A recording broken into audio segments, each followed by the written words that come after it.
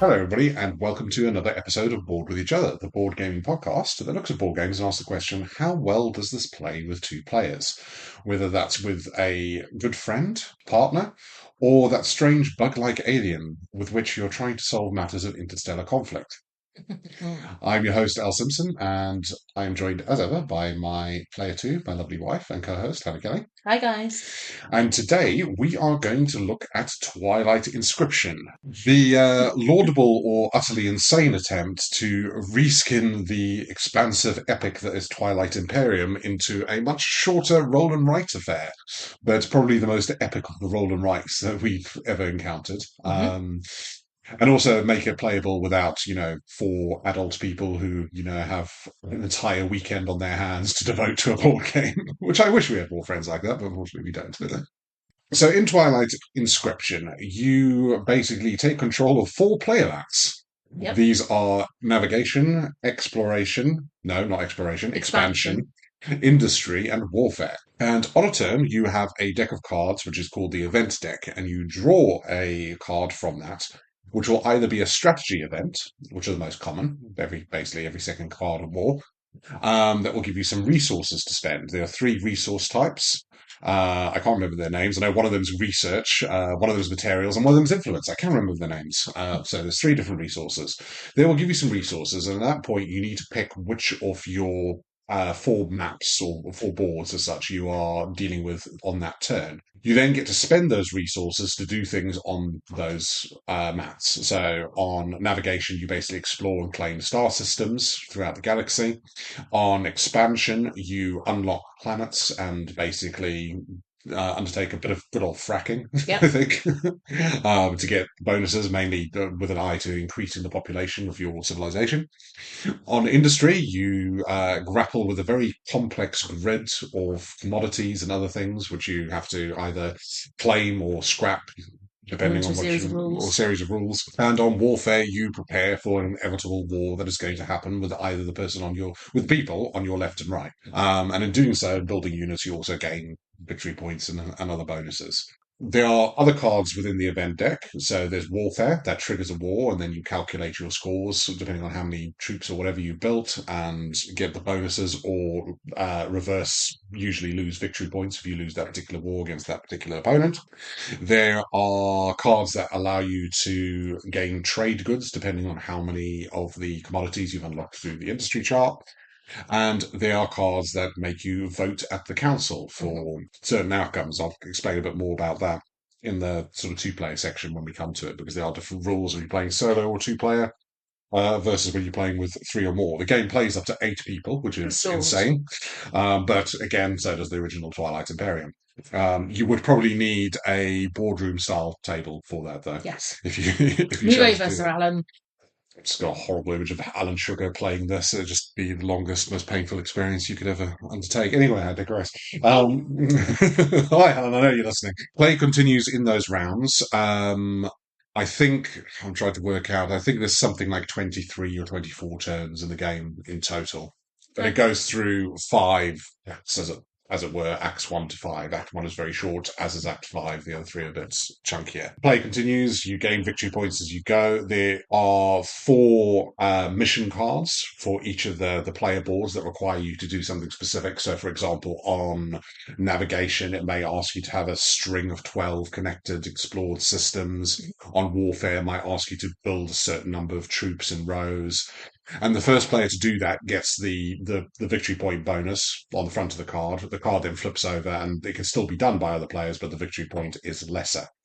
There's also a mechanic around reaching medical wrecks first. And again, there's victory points to be doled out depending on what order people get there. So the first person to get there gets the most victory points. Which is like a massive planet, centre of the solar system, I guess. Yeah. It was the seat of the previous galaxy-spanning power, which I can't remember their name at this point. Um, And I won't go too much further into the individual rules around the sheets, Because there are a etc. lot. There's a lot, but that is generally the overview of how the game plays. At its core, rules wise, it's not actually that complicated. The complexity comes from the sheets themselves. What I would also say is the idea is that play is simultaneous. So Mm, when you decide which of your playables you're going with, you make that decision, and then on the count of three, you reveal it by dropping your pen yeah, on that map. so you can't sort of play off what other people are planning to do. You have to reveal at the same time, and your actual spending of resources. Well, that's something I didn't mention, which is incredibly important. I can't believe I missed it. The roll part of the roll and write. After you've got your resources from the card and you've chosen your sheet, you then roll 6 dice.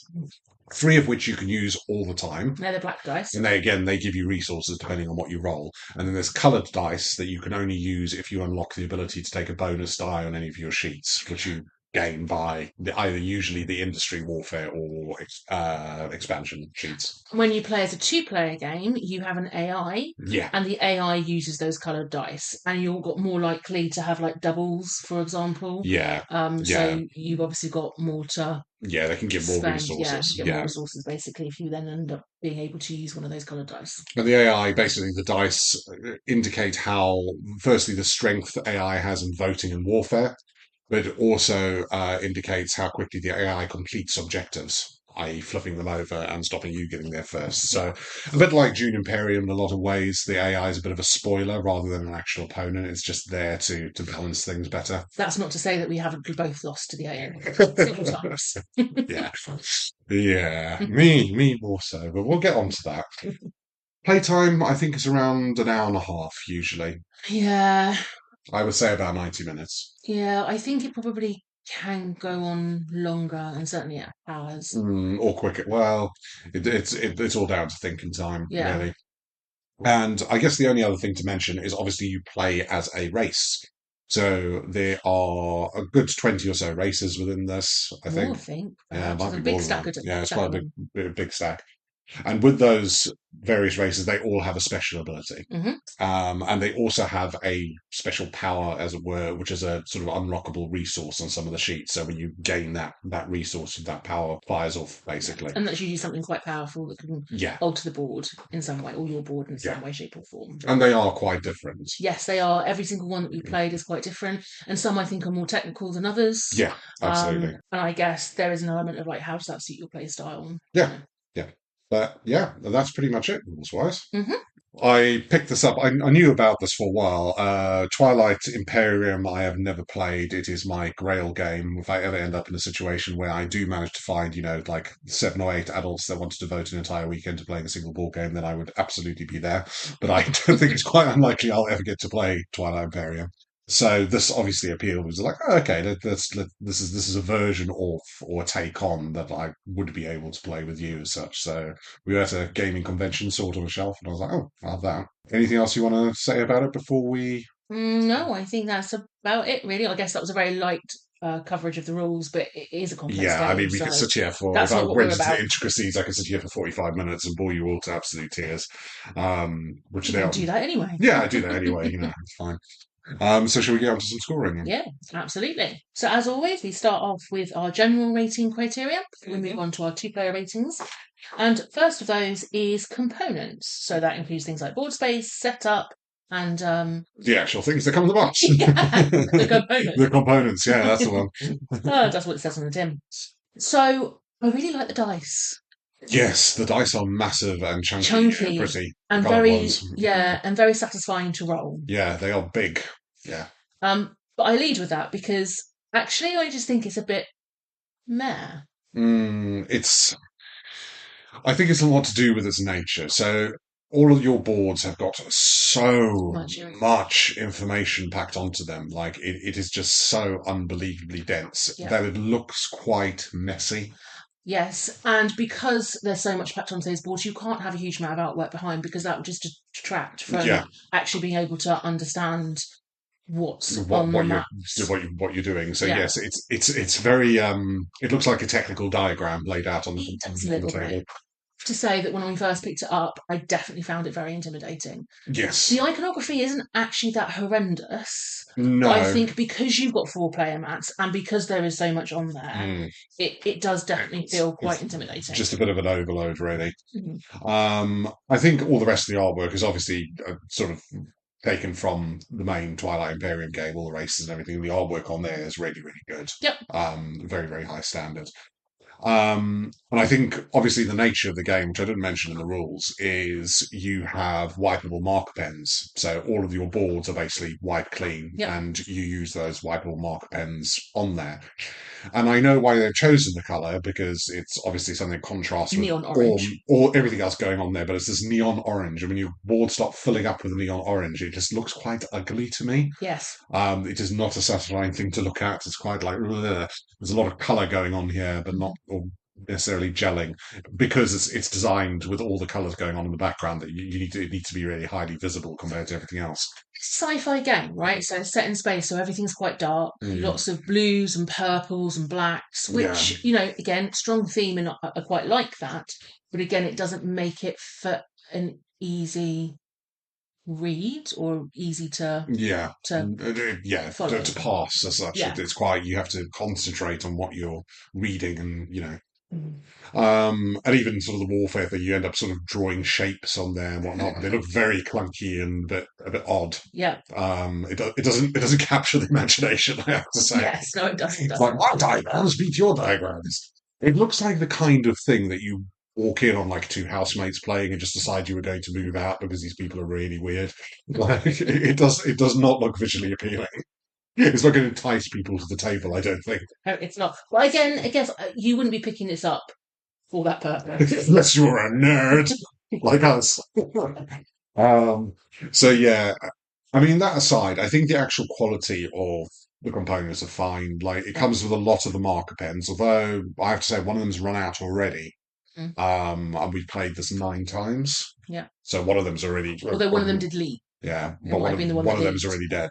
I assume you can replace it with similar, wipeable markers as needed, but Given that it is roll and write, and therefore you use your player mats over and over again, there's been no freight. They're not hard. They're no, it's plasticky. like laminated-y, plasticky, but not cheaply laminated. Yeah, They've got that feel to them. They're quite thick and chunky. they are quite thick and quite chunky, and there's been no fraying, no bending, or anything like that. So that's good. Yeah, I have to say, a lot of my complaints about this is a Fantasy Flight game. A lot of my complaints about Fantasy Flight tend to be their small fiddly cards and perhaps a little bit of cheapness for the components, whereas this doesn't feel like that at all. Everything feels quite Yeah, I quite like the chunky and card well stock made. they use for Yeah, the cards. the event deck. The Yeah, event they deck. feel almost quite similar to the Radlands cards. Yeah, Actually, they feel like they've really got a bit well of made. grip on them, and they're Yeah, quite there's easy to there's a shuffle. slight texture on them, which is really really nice. Right. Um, but yeah, overall, nothing massively awful. I'm not a huge fan of the way it looks, Yeah. especially in play later on in the game. It can look very, very messy.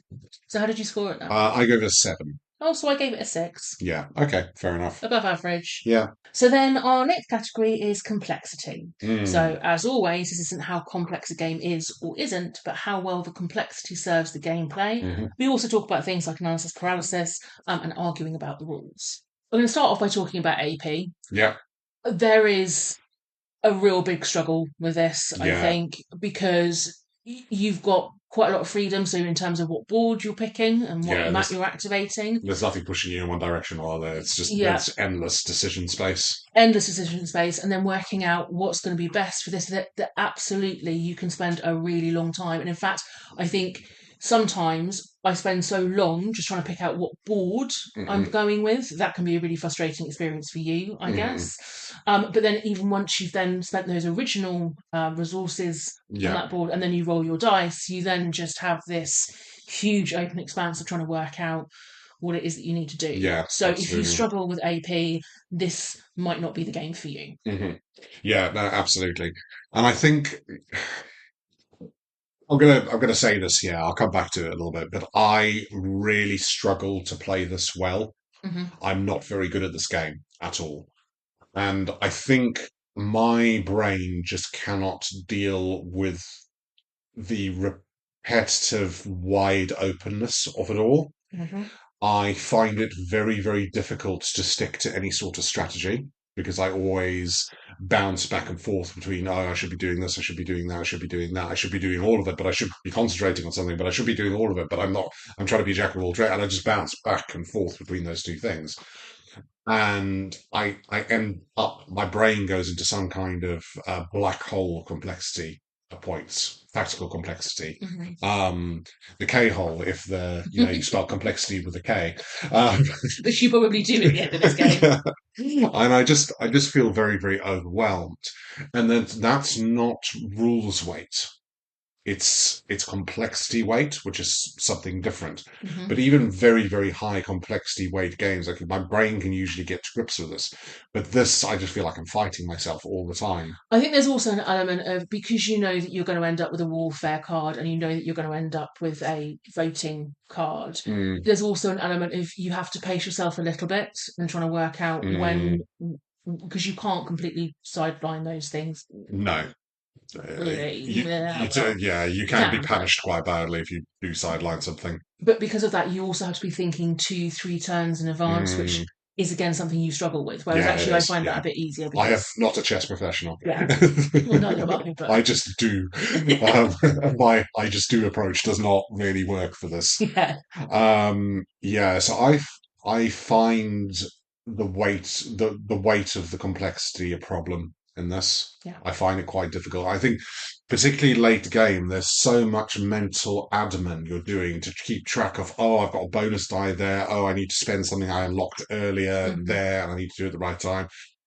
And just trying to keep track of all that in this incredibly busy visual environment is quite overwhelming. Yeah. And yeah, I do struggle with it. In terms of the actual rules, Yeah. I full disclosure, there was definitely a learning curve Mm. when we started playing this, and I think I was able to get 2 of the player boards, and Nailed, then I sort yeah. of had to like add in the extra ones as I went along because I just couldn't comprehend all of them. It's always industry that'll come for you. And Oh, that House of the Four true. industry is a brain burning Oh, uh mess of tic um tac toe, calling two yeah, crosses. kind of. It is, yeah, it is very, very complex, and I think most new players shy away from it. But Yeah, I think looking at the past few games, it's probably one of the most powerful yeah, it sheets. is But really you powerful when you get it neglect it down. because it's just off-putting. It's Mhm. like, oh my God, I don't even know where to Yeah, start with this. and it's the easiest one to kind of just ignore. Yeah.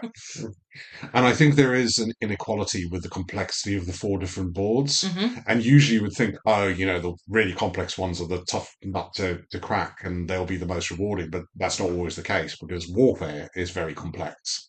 But I don't think it's that rewarding in terms of winning the game. I don't know that it's particularly that complex. I just think that it's more challenging to do. It's hard to do well. It's hard to do Mm, well, I think, and yeah, again, it's knowing how to balance your resources, yeah. um, And I rather think, than the rules about the actual map or board space being complicated. but I think it speaks to a general problem with this, with the complexity I find is a good competitive game, you need to be keeping an eye on what your opponent's doing and Mm. understand what your opponent's doing. But it's hard enough just keeping abreast of what you're doing. I don't even bother looking at your sheets most of the time because I'm so busy trying to figure out what I'm doing. Hmm. That's And bear in mind, what you're doing is simultaneous. So if yeah, I'm spending my resources, you're spending yours. yeah, And here's the other problem. I I make mistakes all the time, mm, and I'm sure lots of people do. mm, But one of the great things about at least revealing your turn together is that the other person can keep you in check. mm. Whereas actually, I've missed stuff that's probably lost me the game, but also I'm probably sure that I've got more than I should have done On occasion, on yeah, occasion because just making I've lost mistakes, track. yeah, or lost track of something, yeah, Particularly because some of the powers, I'll call them powers that you get to unlock, so on that player mat, yeah, will allow you to do things that it's just yet something else, another bit of admin you have to keep yeah, track of, yeah, yeah. and when you've done it and when you haven't done it and what that means and blah, blah. And even later on, when you start unlocking the bonus dice, you're like, right, so I've got, 2 pink and 3 blue, and I'm going to do that. Oh, did I spend the 3 blue? It's just this constant Hmm. mental arithmetic that you're doing, Yeah, trying to play your own sheet, yeah, let alone what the other person is doing. yeah. And I'll occasionally glance over your warfare sheet to see how many troops you've got. But aside from that, I couldn't give monkeys. You just play. What should also be said is that when you're spending your resources, that should be done blind Yeah. so that you can't see. So if you both landed on warfare, for example, I couldn't watch and see where you put your warships and then I put my No, you warships should be down. doing it simultaneously. However, because of the way that we're set up and the fact that we just don't look at each other's play map, we tend not to bother with Yeah, that because we yeah, don't have space for it really. And yeah. also, like you say, I couldn't give a shit what you're doing. I've got enough. Mm. I've got enough going on my own Well, I board. could see some really snarky person sit there and just watch you do it, and Yeah. then you could do that, which Hmm. is kind of not in the spirit of the game, but Yeah. there's nothing stopping that happening. So yeah, it was a difficult one to score because I think I have my own personal mental problems with it as Hmm. such. Just trying to keep track of everything. I didn't want to mark it down too much, but I do think there's issues there. Yeah, I would agree, and I think you're right about the complexity rather than perhaps the actual rules themselves. Yeah.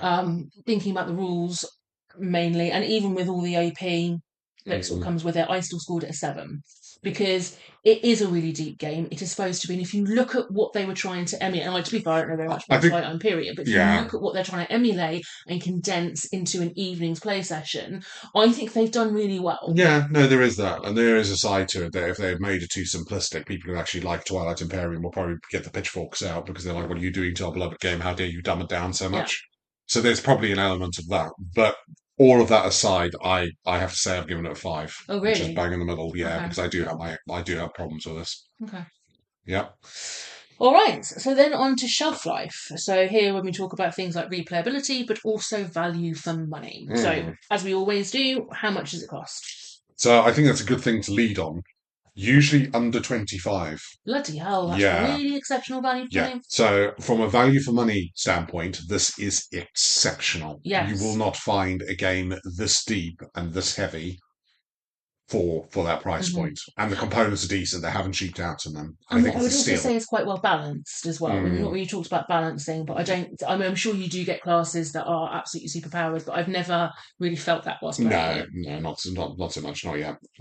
So yeah, it is right out the gate. It is exceptional value for money, and Hmm. it's at that price point that even if you're vaguely interested, have a punt on it. I mean, Hmm. why not? It's really good. Shelf life again. There's so many races, Hmm. and they do play differently, and it is such a deep experience that if you love this, you could play this forever. Yeah. What's also worth noting is that each of your player mats have two sides to them. Yeah, there's a synchronous and asynchronous side. Yeah. So again, you get to choose. Yeah. You know. Well, yeah, you choose Yeah. choose your maps basically. Yeah. The differences between them are subtle; they're not massive, but But they are sometimes actually different. it can make or break the game. So I've Mm, had warfare maps with a warfare character that have just really been a thorn in my side because they've been really difficult warfare yeah, boards to play because of the mm, way things are set up and stuff like that. mm. So it Yeah, it does make a difference. it does make a difference. You've also got your event deck that's randomised. You've also got your you also can sometimes unlock special Artifacts. artifacts that Yeah, are yeah, yeah, their they all board. do So different again, you've got a things. level of randomisation Mm. there, and you've got a level of randomisation with the voting thing as well. Although that Yeah, to a certain to a extent. certain extent, less so. I'm going to talk a bit more about voting in the next Yeah. category, I think. But I think my point is that there's pretty much every single facet of this game is randomizable, which Yeah, to a therefore certain gives you a extent. huge amount of Re- variability and and replayability. replayability. Yeah. No, if you love this, absolutely fully boots because you will be playing it for years and years. Yeah, I mean, I don't think there's much else to say there. yeah. I can't see me playing it for years and years but that's other reasons. Hmm. But in this category, I've given it an 8 because I think Yep. it's excellent, both value for money and shelf life. So I have also given it an 8. Okay. Excellent. And so then under our last category, fun. So do you have any fun while you play it? And we also talk Oh, things about like emergent storytelling as well and yeah. stuff like that. Um, Um, or you kind of put your cards on the yeah, table since you I want to have talk. already. Yeah, yeah, sure. I do struggle to have that much fun with this. Um, I find it feels more like work than playing a game at times. I find it quite exhausting to Mm, play. Um, I I love a lot of things about it. I love the universe they created. I think trying to instill an incredibly complex proposition into a roll and write experience like this is laudable. I think it's vaguely mad, but also laudable. And I think they've done a very, very good job at that. But I do struggle to enjoy myself that much with it, just Mhm. because I find it so difficult to play. So I also would say that, do I enjoy playing it? Yes. Do I like playing it? Would I keep playing it? Yes. And I think it's probably got more legs in it for Yeah. me, which is odd because I wouldn't have thought that to begin with, No. than it has for you. Mm, So yes, I do enjoy playing it. But if I look at the games I find fun, mm, they are games where there's a lot more social interaction, and we'll come mm, on to this in our two-player rating scale, where despite the fact that resources are quite often limited and mm. restricted in this, particularly in the early game, I don't get that same nail-biting experience around competing for No. stuff. No. And again, we'll pick up on this a bit No later. competitiveness. So the things that I really enjoy from a board gaming experience are kind of missing from Mm, this. yeah. So for me personally, no, I don't find it fun. Mm, But it is enjoyable and I do like playing it. And again, I guess it depends what you're looking for from a gaming experience, yeah. doesn't it? You know. Absolutely. I think one thing that's definitely worth mentioning under this is in Twilight Imperium, a big, big part of that. If you've ever played any big sort of civilization builder, or war game, or anything with a lot of people around the table, a lot of that is alliances broken, betrayals.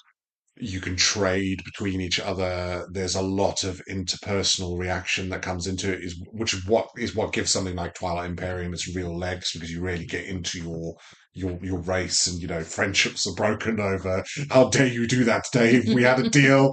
You don't get any of Yeah. that in this.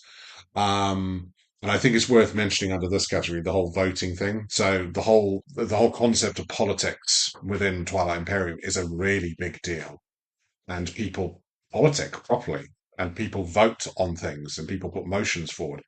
This is just a really rote, here's your two options, spend a resource to try and beat each other, or Or in the two-player version, spend a mm, resource to stop bad things from happening to you. And yeah, really, that's what it is. It's yeah. about preventing something bad happening from you, which feels It feels tacked like on. they had to tack it on because it's Mm, such a massive part of the full thing, but it just feels really rote and really tacked on in this. yeah, And and I not necessarily always done very well. inwardly groan whenever the council event comes up. Yeah. I'm just like, oh, well, It's, it's, fine. it's another resource that I've been stockpiling because I know that I have to. Yeah, But yeah, and it just doesn't hit as such. And I think I haven't played Twilight Imperium, but I imagine if you had played it and went to this, you would. It's like it's like the soul's been sucked out a little bit. I know that sounds really, really it's negative, really mean. but there is that all of that extra stuff, that interpersonal stuff is all gone, and Hmm. you're just left with this core of the rules, and you're playing and just with the rules, and that's and there's an element of there of almost something being missed, Hmm. and part of me wonders if they didn't skin this as Twilight whatever, it might have done a little bit better because you haven't got that association Well, I never had there. that association. It's my same complaints. No, I didn't, but I imagine some people do, Yeah. and I think it's worth mentioning. And I think if you're going for that very sort of thinky, rulesy thing, there's better stuff out there, and there's Mhm. more fun stuff out there than this. Okay. So yeah, on that basis, I gave it a 6. Huh. So I thought you were going to rate it lower than that. So I No. gave it a six mainly because I do have fun. I do enjoy playing it. Hmm. But Okay. do I have fun playing Yeah. it? I mean, Yeah. No, I think it's still good, and there's still enjoyment to be had. yeah. Maybe my comments have been a lot harsher than my score, but I think it's important to pick out what I have a Okay. problem with around it. Okay, so should we add those up? Yeah. Okay. As always, we add them up and average them. That gives us 6.6, which we round to a 7. Definitely more of a 6 than a 7 to me, but Oh no, I think seven's fair. yeah. Yeah, Okay. I'm happy with that. All right. Okay, so for the second section, we then look at specifically how this plays as a two-player game, a two-player rating scale. And first up, we have table talk. Yeah. So, No. if you're bored with each other, this is the game. She said the thing. Yeah. But here's the thing, right? So we've already talked about it. Yeah. It's simultaneous. You don't really have to explain what you're doing by the Hmm. rules. Hmm. There isn't a huge amount of option for talking to each other.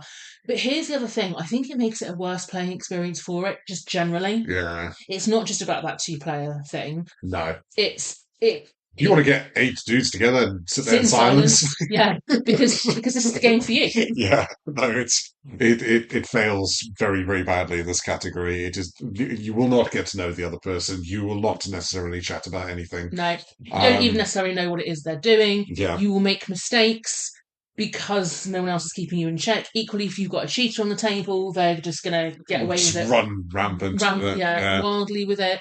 And I think the whole playing experience suffers as a result. yeah. No, I have nothing else to add. Like it's the absolute antithesis of this Hmm. category. You will sit there in silence for 2 hours, Hmm. 1 hour and a half. Hmm. Um, so I am probably going to give it my first one. I've also given it a one. Yeah, it's the antithesis of this category completely. But yeah, you're playing simultaneously as well, so it's not like you can watch and comment on the other person's turn. Yeah.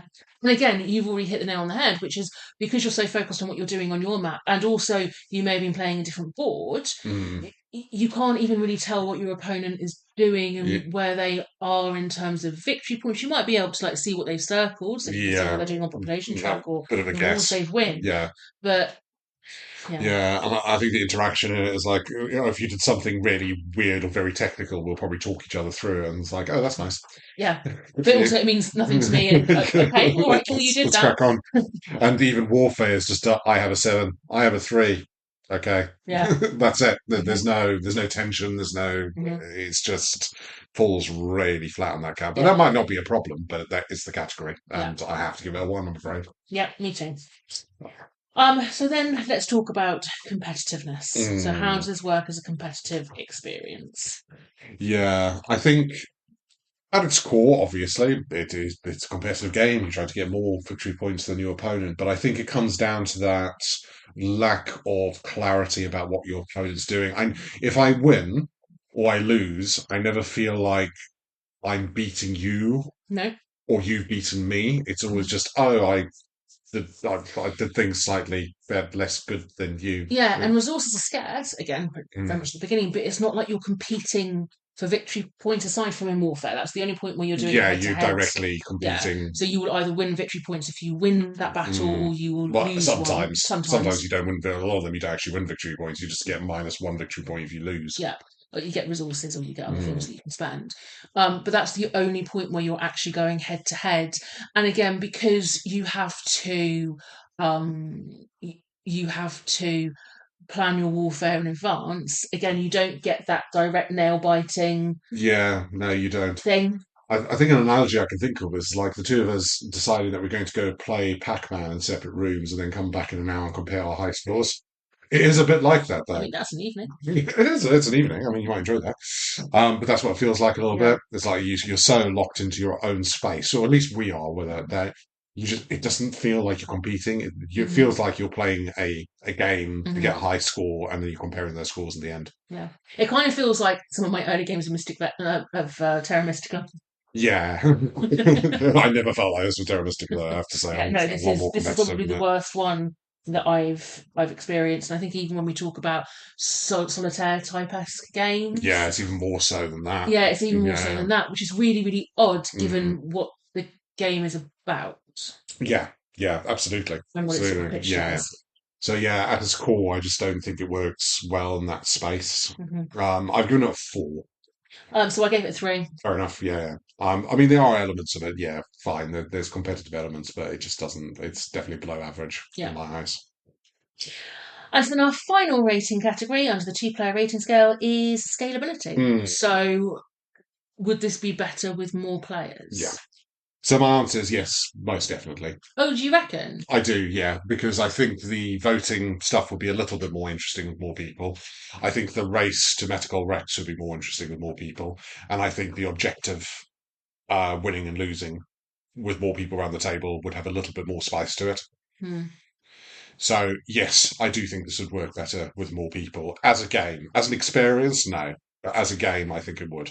So I'm not sure that I've thought about the whole voting mechanism Yeah, particularly.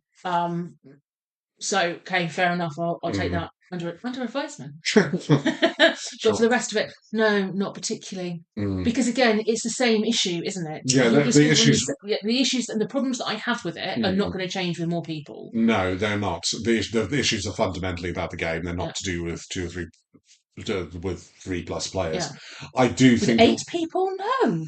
I mean, that'd be a weird afternoon, wouldn't it? Really weird afternoon. I Which people you don't like? Is I that what I'm taking? really want to find an 8-person game with us going at a convention and enjoying it. Just for the crack. No, I really don't. I'm not going to do that. Um, I do think it would work better with more. Like quite significantly, I think. Just from a rules perspective, I think it would be I don't better. think there's enough changes. Okay. I don't think there'll be enough changes to warrant it. I don't think the race for medical Rex. I don't think anyone is gonna.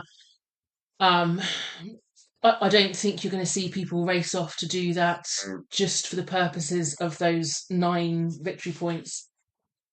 I think warfare becomes a bit more interesting because you're only fighting your neighbours to your right and left. So you Yeah. did have a few more people around. You'd have people having very different experiences with warfare, Mhm. depending on what races people were using and what they were leaning into. Anyway, Yeah, I always find the battle against the AI again very, very rote. I'd rather have another human to worry about.